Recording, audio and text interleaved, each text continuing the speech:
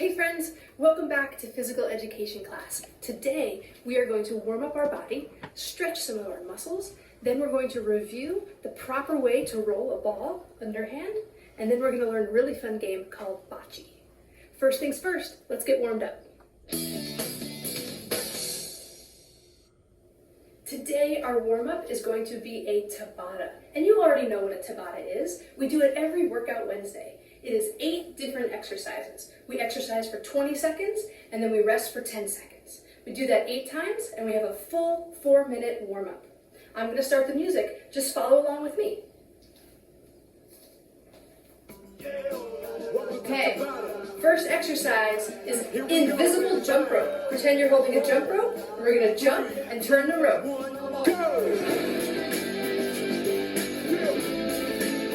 Round 1.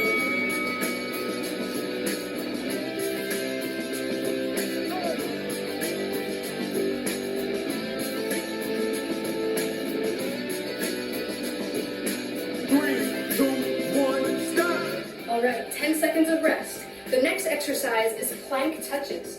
So we want to be in a plank position, that's up, push up, and reach out in front of us and touch the ground way far out in front. Round 2. Great job, keep it up.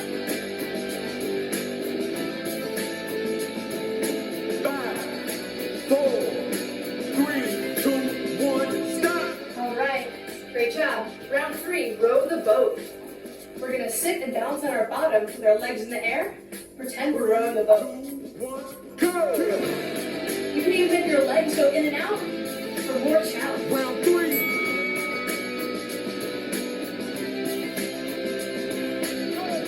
Good job, keep it up. You're doing great. 3, 2, 1, stop. Woo. All right, great job. Round 4 is called skaters.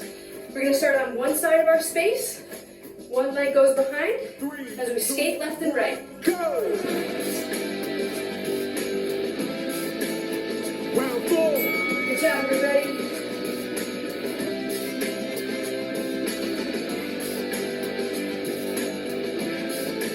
Almost done. 3, 2, 1, stop. All right, we're halfway done with our workout. The next exercise, lunges. Hands on our hips. Spread your feet, one in front, one behind. Go. Down and up. We'll switch legs in a minute.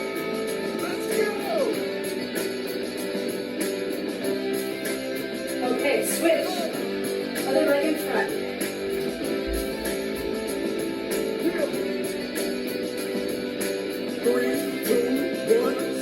Okay. Next one, boat twists. Again, we're going to balance on our bottom. Legs up, hands together in front, twisting back and forth. Round 6. You can even try and touch the ground on each side of you for more challenge.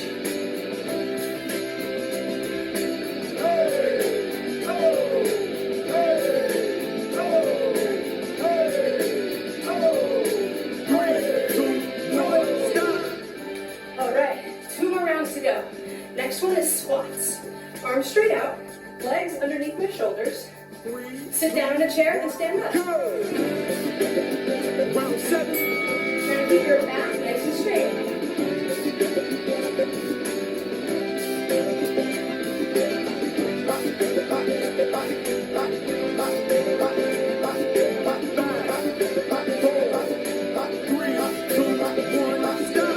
All right, great job. We're on the last round.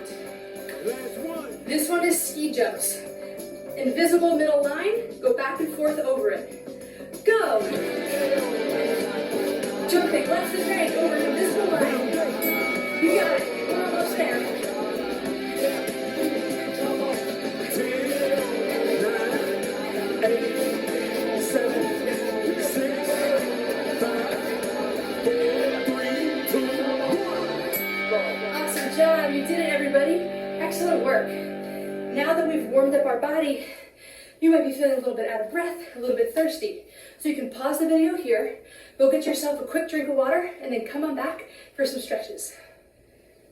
All right, friends, today we are going to stretch two very important muscles in our body. First, we're going to stretch our deltoid muscles. Those are the muscles in our shoulders. You have a deltoid muscle that wraps around from the front of your shoulder all the way to the back side of your shoulder, and that's on both shoulders. A way to stretch your deltoid muscle is to put one arm straight across your body like this, and the other arm comes up, and we try to make a perfect T shape. And when I hug my straight arm in closer to my body with this hand, I can feel it pulling right here. Let's count together 10 seconds. 1, 2, 3, 4, 5, 6, 7, 8, 9, 10. Awesome job. Shake that out. When we're stretching, we want to stand still and really focus on the stretch. We don't want to be bouncing around or walking around or spinning or moving. We want to stay in one spot and really focus on what we're doing. Let's try the other arm. Make a perfect T, hug it tight, and let's stretch for 10 seconds. Go. 1, 2, 3, 4, 5, 6, 7, 8, 9, 10. Awesome job. Shake that out. So we just stretched our shoulder muscles, also called our deltoid muscles, and we have one on each side of our body, one in each shoulder. Now let's stretch the back of our upper leg, right back here. It's called our hamstrings, and I have one on each leg, the backs of my legs. The way that I do this is I sit down, one leg goes out straight, and the other, I bend it. The bottom of my bent leg, the bottom of the foot on the bent leg, is going to touch the inside of the leg that's straight. And then I reach as far as I can and try to touch my foot or my toe. If you can't reach, that's okay. Just go as far as you can. We don't want to bounce, and we don't want to hurt ourselves. So if it's starting to feel like you're pulling, just back off a little bit. We go as far as we can without it hurting. 10 seconds. Ready, go. 1, 2, 3, 4, 5, 6, 7, 8, 9, 10. Awesome job. Shake that out. Okay, other side. Other leg straight. My other leg is bent. My foot is touching the inside of my straight leg. I'm gonna reach as far as I can. No bouncing. We just stay steady and still. Ready, go. 1, 2, 3, 4, 5, 6, 7, 8, 9, 10. Awesome job. Let's shake that out. And because we're doing so much rolling today, we're using our arms and really, we're using our shoulder a lot today. We're using this motion so much. Let's do some arm circles. That's another way to loosen up and strengthen our shoulder muscles. It kind of does both things at the same time. Let's do 10 backwards arm circles. Ready, go. 1, 2, 3, 4, 5, 6, 7, 8, 9, and 10. Awesome job. Let's go forward for 10 seconds. Ready, go. 1, 2, 3, 4, 5, 6, 7, 8, 9, 10. All right, awesome job. Now that our body is stretched out and warmed up, we are ready to review proper form for underhand rolling.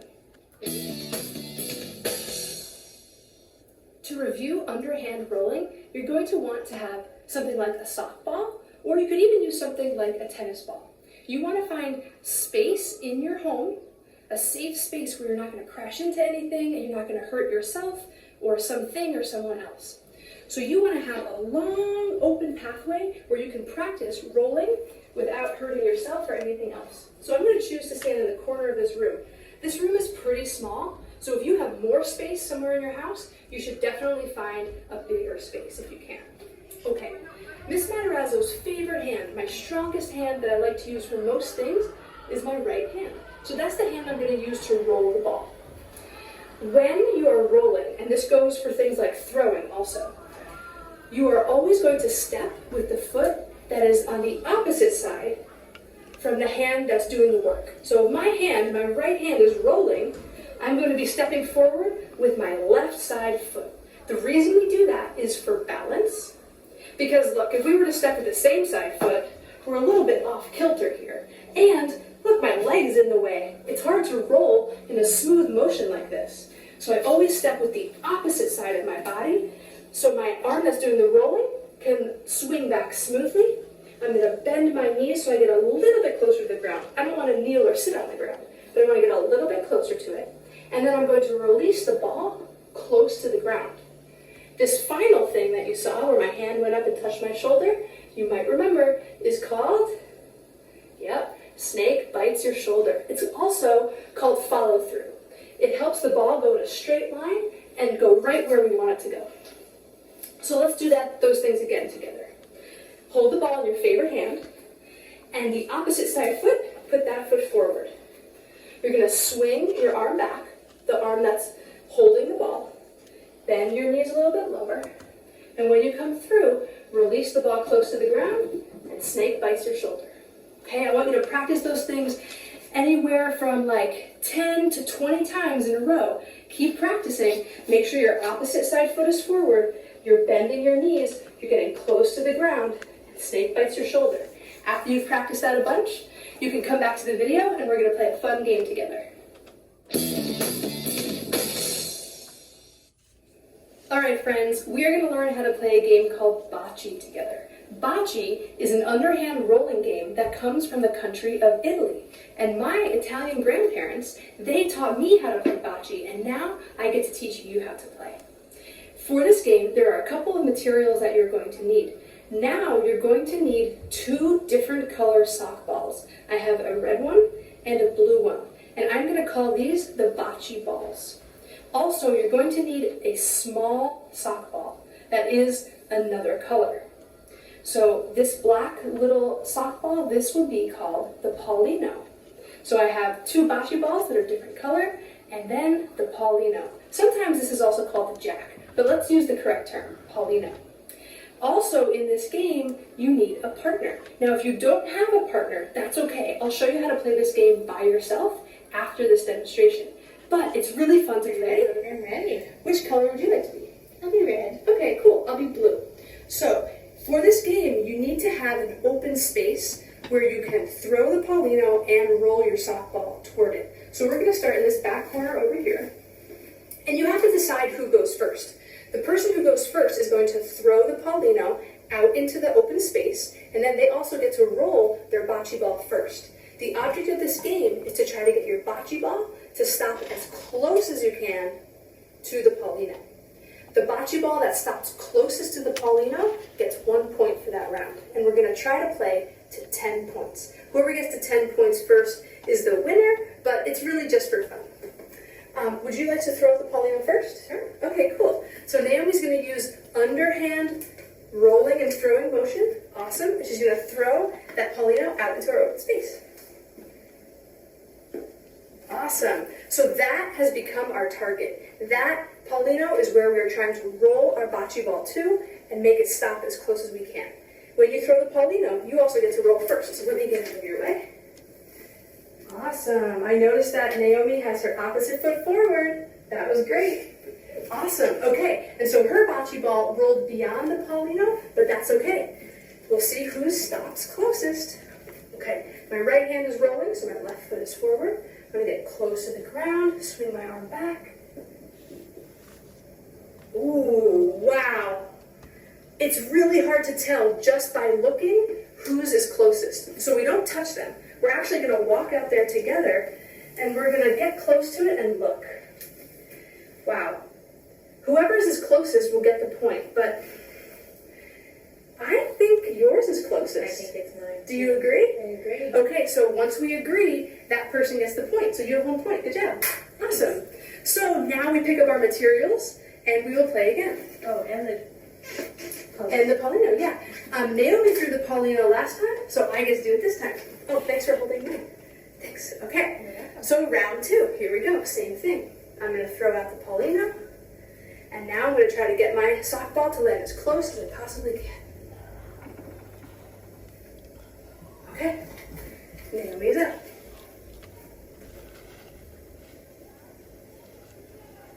Oh, wow, another one that looks close. So we walk out there together. Remember, we don't touch anything. We don't want to disturb it.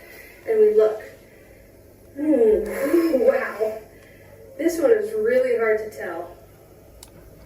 I think it might be mine, but I think maybe we should measure. We should measure. Okay. How are we going to measure this?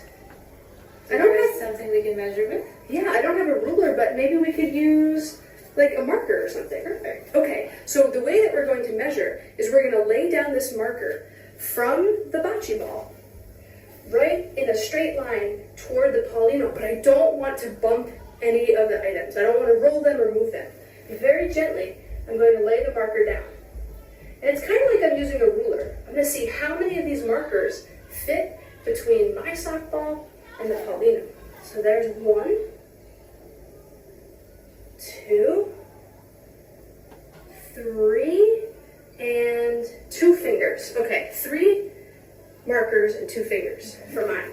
Okay, I'm gonna do the same thing over here. 1, 2, not even a 3rd marker. Wow, I didn't even get to 3 markers here, so that means yours was closer. That's right. So you got the point. Awesome job. Once we agree who gets the point, we high five, we pick up our materials, and we play again. Now, I want to show you some other things that can happen in the game. If you roll the Paulino, and then the 2 objects, let's maybe do it like this, so you can see. If you look at it and you measure it, and they are exactly the same distance apart, nobody gets a point. It's a tie, so you just have to redo it, okay? There's one other thing that can happen. You are allowed to bump the other person's ball or bump the Paulino when you roll. So if Naomi's sock was here, or even if it was really close to the Paulino, like that's great. She is really, really close to the Paulino there if she had rolled it like that. But if my softball comes in, and when I roll it, it pushes hers out of the way, and then it ends up closest, well, who ends up with the point? I do. Okay, so it's okay if your bocce ball bumps the other person's bocce ball, or if it bumps the Paulino. Okay? So those are the rules for playing bocce with a partner. Find someone in your household that you can play with. But if you can't find someone, don't worry. I'm going to show you how to play all by yourself in just a minute. If you don't have an adult or another person to play this game with, it's no problem. You can totally play all by yourself. You still need your 2 different color bocce balls and 1 smaller, different color Paulino. You are going to roll both of the bocce balls, okay? And whichever one lands closer, that color is going to get a point. So the way that you can keep track is by getting a piece of paper. Write down the first color of the bocce ball and then the second color of the bocce ball. If the red ball lands closer than the blue one, you would put a hash mark under the red column. Okay, and then you'd collect your materials and you'd play again. You roll both of the bocce balls. Oh, this time the blue one landed closer. Okay, then you go to your paper and you put your little hash mark under the blue column. And you keep playing. You're going to play 10 times and you're going to see which color ended up having more hash marks underneath that color's name. Okay, and then you can see which color was the winner. I hope you have a really fun time playing bocce.